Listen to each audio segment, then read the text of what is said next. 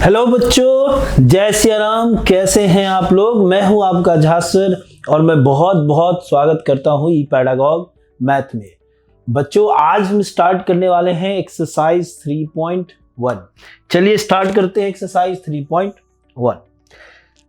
देखिए, इस एक्सरसाइज में क्या है कि आपके जो ग्राफ बेस्ड क्वेश्चन है, ठीक है।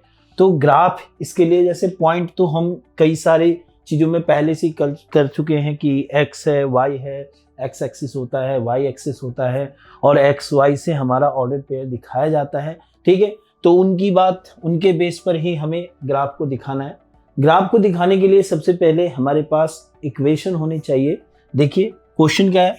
Aftab tales his daughter 7 years ago, I was 7 times as old as you were then।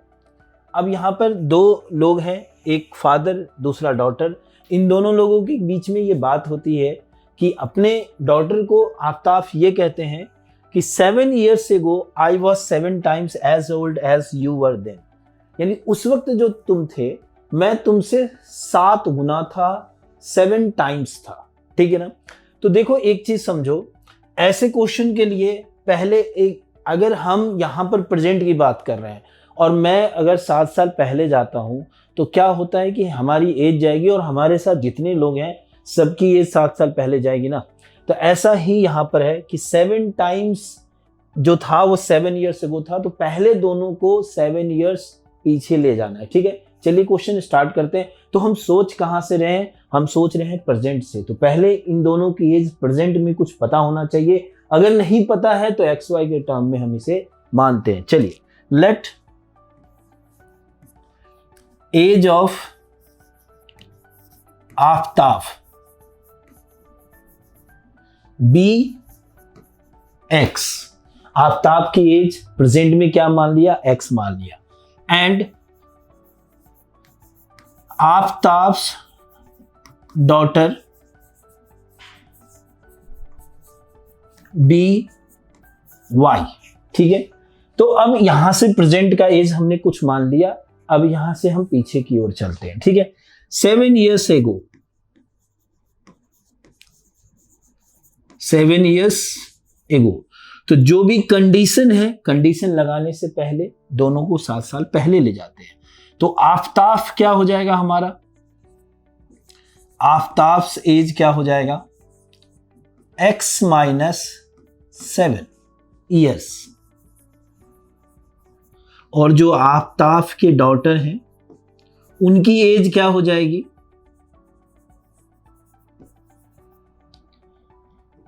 y - 7 years, ठीक है। According to question, x - 7 equals to y - 7। यहां जिस चीज की बात चल रही है इक्वल्स टू, जैसा कि इससे पहले आपको बता चुका हूं मैं कि मैथ में कोई भी बात इसलिए लगाई जाती है कि आप उनके बीच में इक्वल्स टू का कंडीशन लगा सको। ज्यादा है, कम है, 7 गुना है, 4 गुना है, 4 times 3 times, जो भी होता है। तो अब यहाँ ये बात चल रही है कि जैसे हम 7 से मल्टीप्लाई किस में करेंगे, तो इस क्वेश्चन से भी थोड़ा क्लियर है कि 7 से मल्टीप्लाई 100% डॉटर में किया जाएगा, तभी तो वो फादर के इक्वल होंगे, है ना। फादर में कर देंगे तो वो तो और आगे चले जाएंगे। लेकिन इस चीज को हमें समझना है थोड़ा स्टेटमेंट पे, क्योंकि कई जगह ऐसे होते हैं जो हमें बहुत ज्यादा क्लियर नहीं होते हैं। तो वहां पर ये अंडरस्टैंडिंग बहुत काम आता है कि हम किस में मल्टीप्लाई करें और कैसे। तो देखिए यहाँ डॉटर जो है, डॉटर से 7 times है, इसलिए हम डॉटर के एज में मल्टीप्लाई कर रहे हैं। अब इसे हम इक्वेशन में चेंज कर देंगे। क्या होगा ये? तो x - 7 इक्वल्स टू 7y - 49, ठीक है। तो इस तरीके से इसे हम x - 7y इक्वल्स टू -49, और ये -7 उधर जाए तो +7, तो इस तरीके से ये माइनस का 42 हो गया। ये इक्वेशन फर्स्ट हो गया। तो अभी तो कंप्लीट क्वेश्चन नहीं पढ़ा है, इसी से इक्वेशन फर्स्ट आया यहां तक के स्टेटमेंट से। इसके बाद क्या कहा जा रहा है? ऑल्सो 3 years फ्रॉम नाउ, मतलब अभी जो है उस एज से 3 साल बाद, आफ्टर 3 years फ्रॉम नाउ, दोनों का मतलब एक, यानी आफ्टर 3 years क्या है हमारा? ये आफ्टर 3 years, ओके 3 साल के बाद, तो पहले तो दोनों की एज बढ़ाते हैं, और बढ़ाएंगे कहां से, यहां से नहीं, प्रेजेंट टाइम से। तो आफताब की एज क्या हो जाएगी, ये है हमारा x प्लस 3 ईयर्स, आगे जा रहा है इसलिए प्लस है ना। और आफताब डॉटर की एज क्या हो जाएगी, डॉटर, इनकी एज क्या हो जाएगी, y plus 3 years. Okay done. देखो इसके बाद फिर से हम अकॉर्डिंग टू क्वेश्चन करते हैं 3 साल बाद के लिए। तो आई शैल बी 3 टाइम्स, इस बार 3 टाइम्स, पहले 7 times. I shall be 3 times as old as you, यानी अभी भी फ्यूचर में ही मैं ही बड़ा रहूंगा, ऑफ कोर्स फादर है तो बड़े रहेंगे, ठीक है, लेकिन कितने टाइम्स, तो 3 टाइम्स। तो इस तरीके से x plus 7 x plus 3 equals to 3 into y plus 3। ये क्या हो गया हमारा, x plus 3 equals to 3y plus 9 और x माइनस 3 इक्वल्स टू 6, ये हो गया सेकेंड। देखो अब as old as you will be, isn't this interesting? Represent this situation algebraically and graphically. ये जो स्टेटमेंट है अभी तक 7 साल पहले 3 साल बाद, इनको 2 तरीके से आपको रिप्रेजेंट करना है। पहली चीज है अल्जेब्रिकली। अल्जेब्रिकली मीन्स व्हाट, ये जो एक्स वाई के टर्म में है ऐसे, तो पहला काम तो हमने कर दिया। दूसरा है हमारा ग्राफिकली, और यहाँ पर ज्योमेट्रिकली भी लिखता है, तो दोनों की बातें एक ही चीज है। तो ग्राफिकली रिप्रेजेंट करने के लिए अब इसके पॉइंट हमें पता होने चाहिए। तो जब भी हमने कोऑर्डिनेट ज्योमेट्री पढ़ा है तो वहां पर हमने ग्राफिकली कई बार रिप्रेजेंट किया है, तो फिर भी यहाँ एक बार और भी आपको अच्छे तरीके से बताते हैं कैसे इसको रिप्रेजेंट करना है। तो पहले तो दोनों इक्वेशन को आगे ले जाएंगे। पहला इक्वेशन है x minus 7y equal to minus 42, x minus 7y equals to minus 42। दूसरा क्या है हमारा, x minus 3y equal to 6, x minus 3y equals to 6। Graph पर रिप्रेजेंट करने के लिए सबसे पहले उस इक्वेशन की कुछ पॉइंट पता होने चाहिए। पॉइंट पता करने के लिए क्या करते हैं कि हम 2 बॉक्सेस बना लेते हैं। देखिए एक बॉक्स इसके लिए, ओके, यहां 3 बॉक्सेस बना रहे हैं, तीसरा क्यों बना रहे हैं वो भी आगे आपको पता चलेगा। एक बॉक्स इसके लिए भी, क्योंकि 2 अलग अलग इक्वेशन है।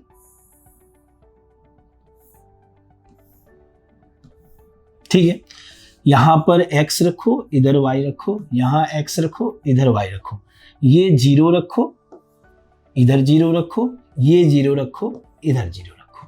ठीक है, अब ये इतनी चीजें जो हैं, ये जो फॉर्मेट है ये आपको पहले से तैयार करना है।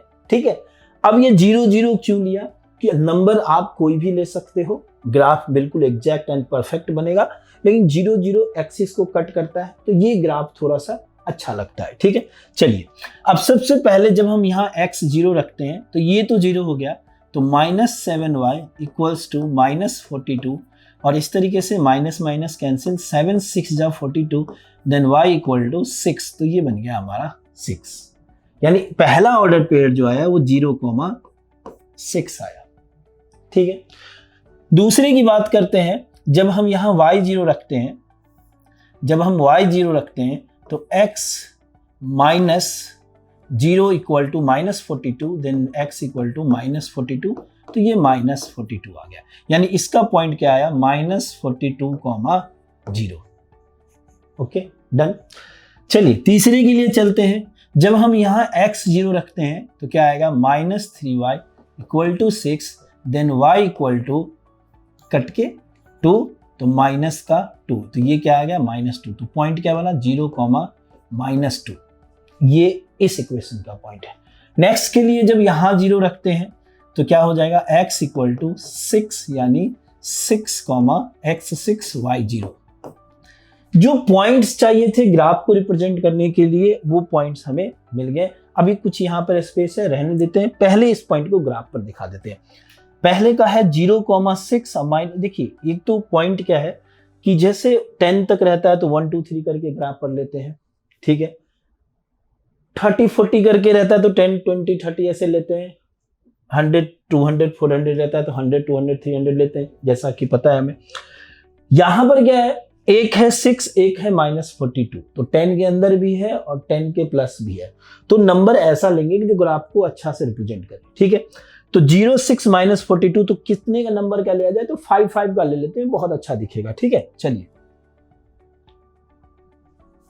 ठीक है, ये रहा ग्राफ हमारा, है ना।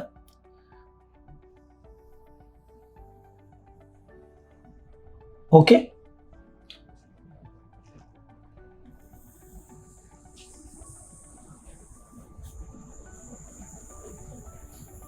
डन। ये जो है हमारा क्या है, y एक्सिस है और ये क्या है, x एक्सिस है। x एक्सिस का पॉजिटिव पहले चलते हैं इधर से। 5 10 15 20 25 30 35, बेहतर है 10 10 का ले लीजिए, है ना, और अच्छा दिखेगा और बढ़िया दिखेगा ये। और दो बॉक्सेस को एक बॉक्स मान करके चलते हैं, ठीक है। देखिए 10 20 30 40 और ये 50, ठीक है। 10 20 30 40 और ये 50। ओके, ऐसा ही इधर। अब ये -10 -20 एक एक करके छोड़ के ले रहे हैं, -30 -40 और ये -50। ये तो x के लिए हो गया। y के लिए ओके, x का थोड़ा सा और ध्यान देना पड़ेगा, नेगेटिव के लिए एक बॉक्स छोड़ो यहां से, तो -10 -20 -30 -40 और ये -50। अब y के लिए चलो, तो ये 10 20 30 40 आ जाएगा, इसमें आ जाएगा ये। फिर यहां से -10 -20 -30 और ये -40। चलिए, नंबर तो एक अच्छा सा ले लिया हमने।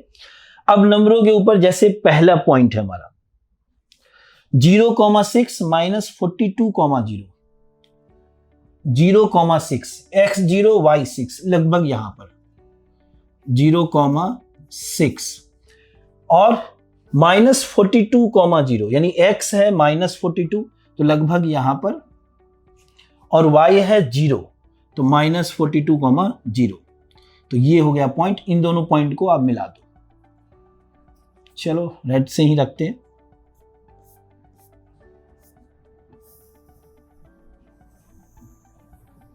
ठीक है, क्लियर। ये कौन सा है हमारा, ये था ग्राफ x - 7y = -42।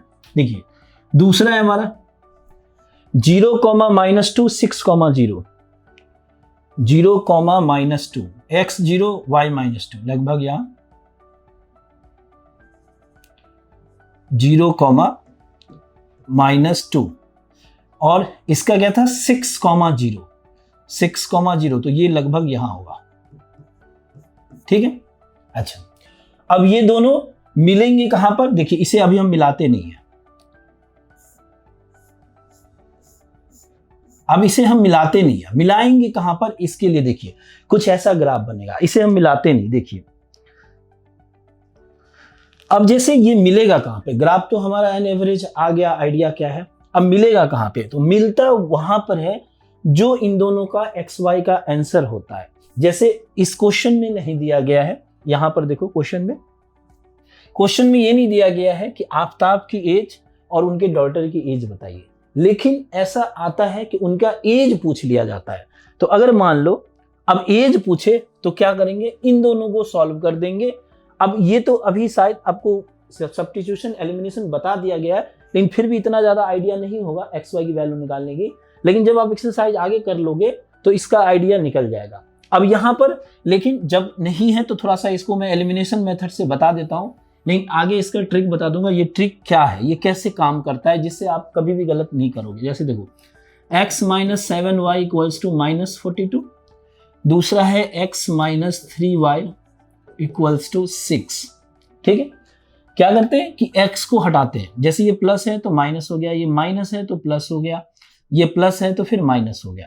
देखो ये और ये कैंसिल हो जाएगा, ये बन जाएगा माइनस का 4y इक्वल्स टू ये माइनस का 48, कैंसिल होगा 12 टाइम में, तो y की एज यानी आफ्ताब डॉटर की एज 12 हो गया, यानी y की वैल्यू 12 होगा, ये दोनों में 12 आ जाएगा।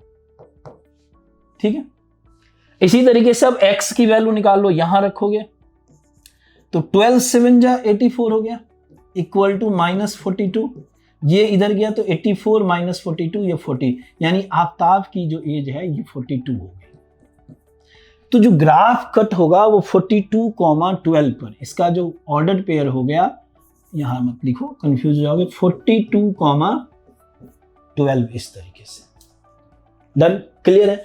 तो ये क्या हो गया, क्या होता है कि जैसे जब आप ग्राफ पेपर पे ग्राफ बनाओगे ना, 42,12 है, देखिए ग्राफ पेपर पे जब आप ग्राफ बनाओगे ना तो ग्राफ से कभी कभी ना मैच आपका ऐसे करता नहीं, कभी कभी क्या, मोस्ट ऑफ टाइम जो रियलिटी है। ठीक है, तो अब ये ऐसे सब्स्टिट्यूशन मेथड से जब तुम एक्स वाई निकाल देते हो ना तो तुम्हें परफेक्ट हो जाता है कि ये इंटरसेक्ट कहाँ चलेगा। देखिए y के लिए 12 होना चाहिए यानी यहाँ पर, x के लिए 42 होना चाहिए यहाँ पर, यानी ये जगह होगा जो दोनों मैच करेगा। तो हम अपनी लाइन को ध्यान रखेंगे, सीधी लाइन बनाएंगे, ये लाइन ऐसे ऐसे करके थोड़ी सी टेढ़ी चल रही है, सीधी लाइन बनाएंगे और कट करते हुए यहां से निकलेंगे, जिसको हम 42,12 कहेंगे। ये रहा, समझ में आ रही बात 100%। तो इस ग्राफ का ये फायदा है, जैसे अगर आप 0 0 लेते हो तो इसका ये फायदा है, लेकिन अगर आप नंबर लोगे तो बड़ा अजीब सा दिखेगा। मान लीजिए कई जगह आपने देखा होगा, जैसे मान लीजिए मैं एक यहां बनाता हूं, ऐसे होता होगा, ऐसे होता होगा। ठीक है, तो एक्सिस पर कट करने का ये होता है ग्राफ, एक बेहतर से बेहतर ग्राफ बनेगा और आसानी से आप पता कर सकते हो कि दोनों की एजेस क्या है, या ऐसे पूछ दिया जाता है cost of pen, cost of pencil, ये सब क्या है, तो वहां पर भी बता सकते हो।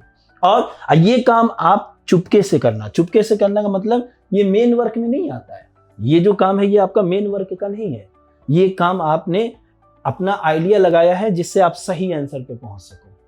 ठीक है, उसका कंफ्यूजन आपके आंसर पे कोई इफेक्ट ना डाले। ठीक है, तो चलिए आगे से अगर कहीं नहीं दिया हुआ है एज या कॉस्ट तो मैं ये नहीं बताऊंगा, यहां पर आइडिया बता दिया गया। बाकी आपके इस क्वेश्चन का पार्ट इतना ही है, पिछला जो था एक ये दोनों को इक्वेशन में अलजेब्रिकली, अगर ये 4 मार्क्स से क्वेश्चन है तो 2 मार्क्स आपको इसके मिलेंगे और 2 मार्क्स आपको ये पॉइंट के और ये ग्राफ के मिलेंगे। पेंसिल वेंसिल लेकर के, स्केल लेकर के सीधी लाइन बनाना, अच्छी लाइन बनाना। ठीक है बच्चों, चलिए नेक्स्ट क्वेश्चन के लिए चलते हैं। चलो बच्चों क्वेश्चन नंबर 2 देखते हैं। The coach of a cricket team buys 3 bat and 6 ball for ₹3900। तो फर्स्ट फुल स्टॉप तक के लिए जो हमारा इक्वेशन होगा उसके लिए पहले हमें बैट और बॉल की कॉस्ट पता होनी चाहिए, तो है नहीं यहां पर गिवन, तो x एंड y मान करके चलते हैं। ठीक है, late cost of each bat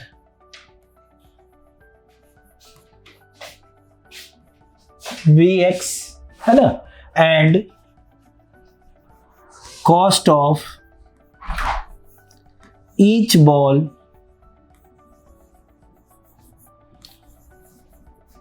By। ठीक है, तो इस तरीके से according to case first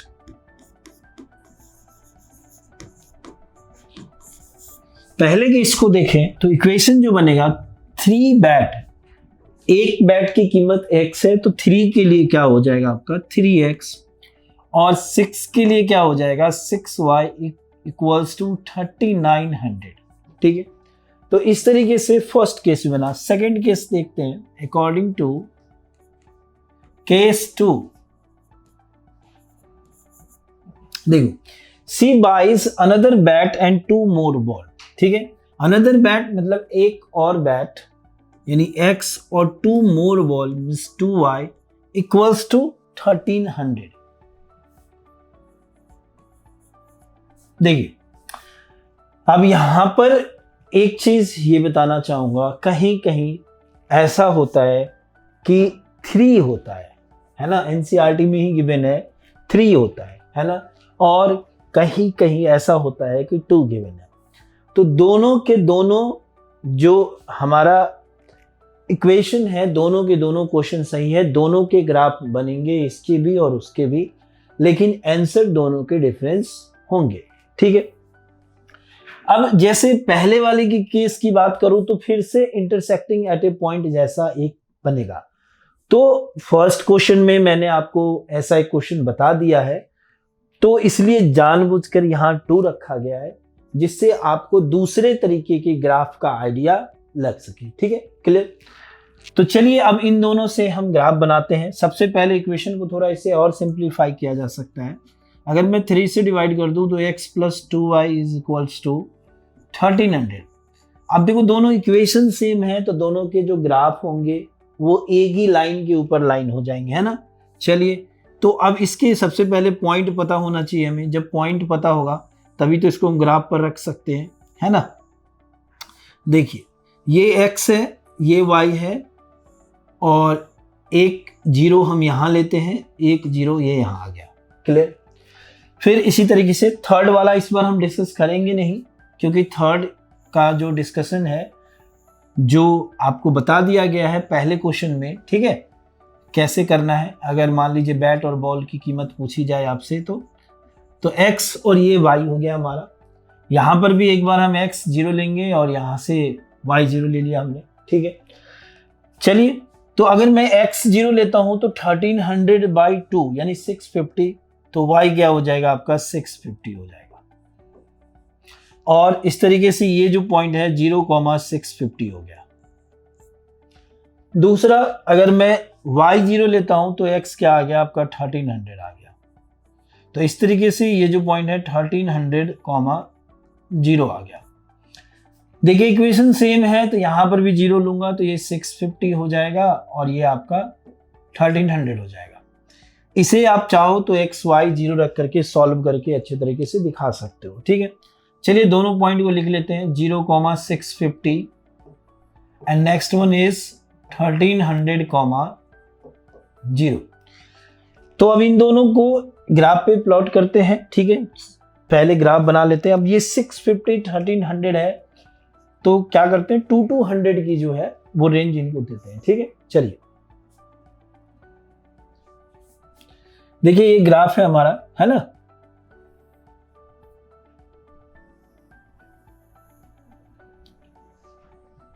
okay, फिर ये रहा इधर। अच्छा, सारे पॉजिटिव वैल्यू है ना, तो ज्यादा इधर जाने की जरूरत भी नहीं है ना, पॉजिटिव के लिए ही चलते हैं सिर्फ।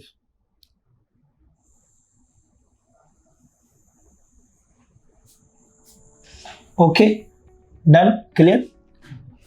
फिर से एक एक लाइन को छोड़ करके इसको बनाते हैं। ये देखिए 200 हो गया, ये 400 हो गया, ये 600, ये 700, ये 800, ये 1000, ये 1200, ये 1400। हाईएस्ट है वो 1300 था, तो रहने देते हैं यहीं पर।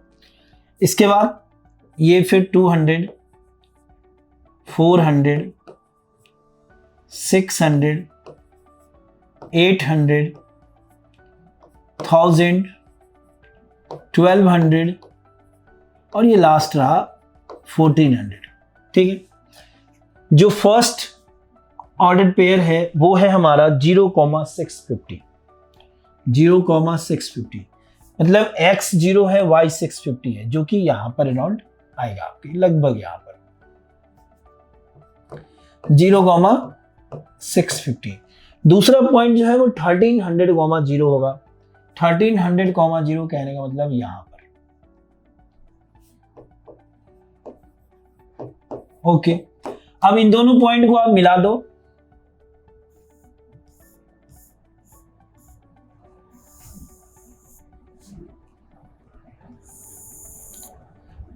स्केल वगैरह से आपका खींचा गया लाइन ज़्यादा बेहतर होगा। ठीक है, तो देखो ये क्या हो गया, दोनों equation x plus 2y equals to 1300 और next one 3x plus 6y equals to 3900, ये दोनों बनेगा। तो ऐसे लाइन को कोइंसिडेंट लाइन कहते हैं। लाइन के ऊपर लाइन बनता है और इसके आंसर जो होते हैं वो मेनी सॉल्यूशन होते हैं। ये यही वाली लाइन है। Clear, done. तो इस तरीके से 2 पॉइंट थे जिनको हमने दोनों पॉइंट की मदद से बता दिया, इसलिए एक्स एक्सिस और वाई एक्सिस लिया। चलिए नेक्स्ट क्वेश्चन की ओर चलते हैं बच्चों। देखिए क्वेश्चन नंबर 3 क्या कह रहा है, the cost of 2 kg apples and 1 kg of grapes on a days was found to be ₹160। मतलब किसी खास दिन 2 kg एप्पल्स और 1 kg ग्रेप्स की जो कॉस्ट है, जो उनको टोटल पड़ा, वो 160 रुपीज पड़ा पर केजी के हिसाब से, 1 kg के लिए। तो पहले हम मान लेते हैं let cost of 1 kg apple equals to apples BX and grapes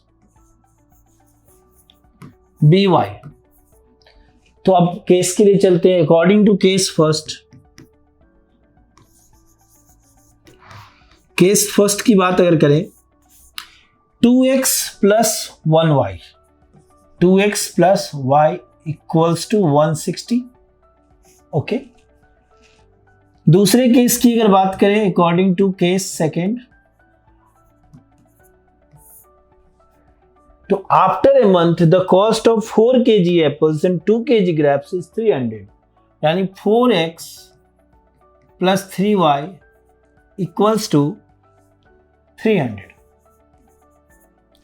अब देखो ये 2/4 1/2, ये 1/3 और लास्ट 160/300, यानी ये क्या होगा, ये आपकी चीजें जो है यहीं से आंसर मैच नहीं करेगा। ठीक है, डन। तो दोनों के पहले पॉइंट अलग अलग निकाल लेते हैं, उसके बाद इसके बारे में जो बताना चाहते हैं वो बात करते हैं। ठीक है, 4x plus 2y equals to 300।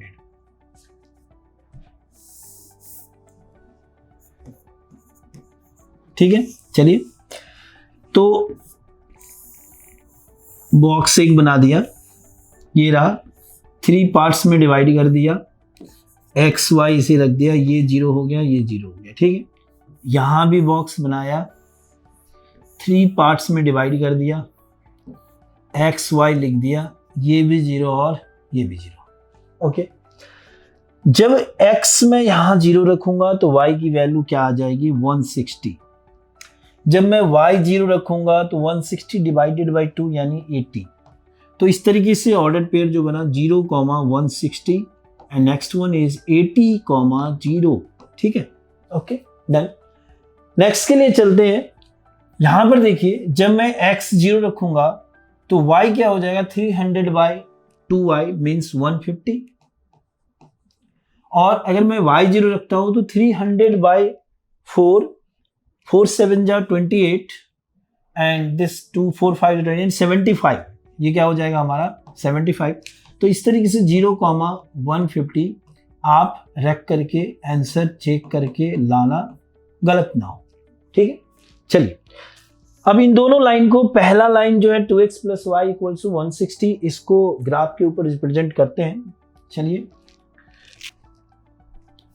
पहले तो ग्राफ बनाया जाए, 150 160 के अराउंड है, तो 20 का किया जाए। सारे पॉजिटिव है तो बिल्कुल यहां नीचे से रखते हैं इसको।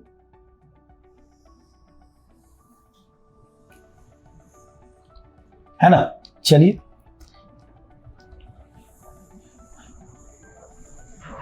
नेगेटिव अगर होता तो लेफ्ट साइड और बिलो द ऑरिजिन दोनों चीजें का ध्यान रखना पड़ता है ना। तो मिडिल से स्टार्ट करते।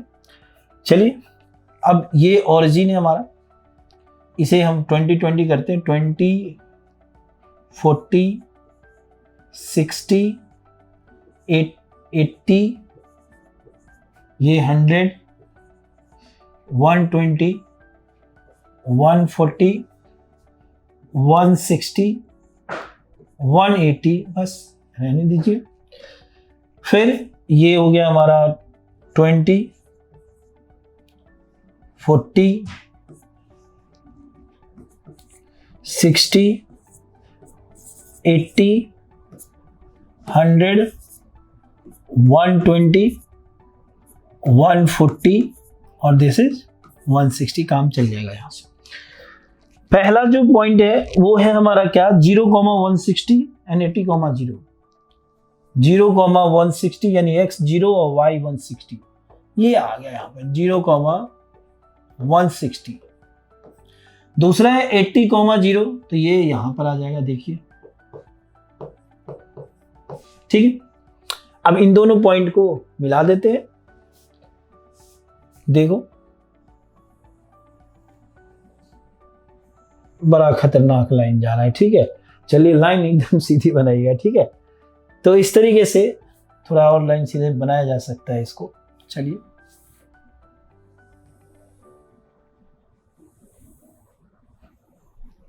चलो ठीक है, ओके, आइडिया ठीक है, clear.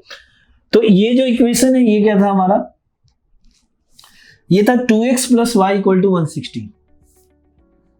2x plus y equals to 160। दूसरे का पॉइंट देखा जाए 0,150 एंड 75,0। 0,150 ये यहां पर 0,150 एंड 75,0 ये यहां पर। देखो इन दोनों को फिर मिलाया जाए, इसको अलग कलर दिया जाए, है ना।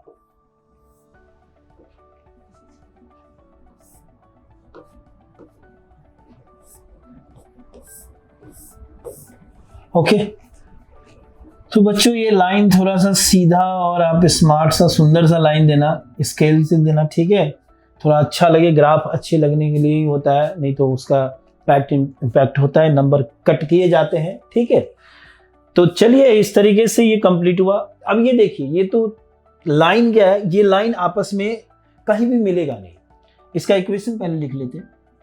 ये हमारा 4x plus 2y 300, 4x plus 2y equals to 300। देखो ये जो दोनों लाइन है ये आपस में कहीं पर भी जाकर नहीं मिलेंगे, पैरेलल लाइंस होंगे। यही रीजन है कि मैंने सेकंड क्वेश्चन में 2 लिया था ना कि 3 लिया था, जिससे आपको तीनों के तीनों क्वेश्चन का जो है आइडिया लग सके, तीनों ग्राफ को आप रिप्रेजेंट कर सको और एक ही एक्सरसाइज के अंदर देख सको, ठीक है। चलिए तो इस तरीके से बच्चों ये एक्सरसाइज हमारा यही खत्म होता है। इसमें ग्राफ बेस्ड था। अब आगे ग्राफ और सब्स्टिट्यूशन, एलिमिनेशन और क्रॉस मल्टीप्लिकेशन जो मेथड है इनको लेकर के आगे एक्सरसाइज है, ठीक है। तो नेक्स्ट एक्सरसाइज के लिए मिलते हैं नेक्स्ट वीडियो में। तब तक के लिए thank you, take care and bye bye.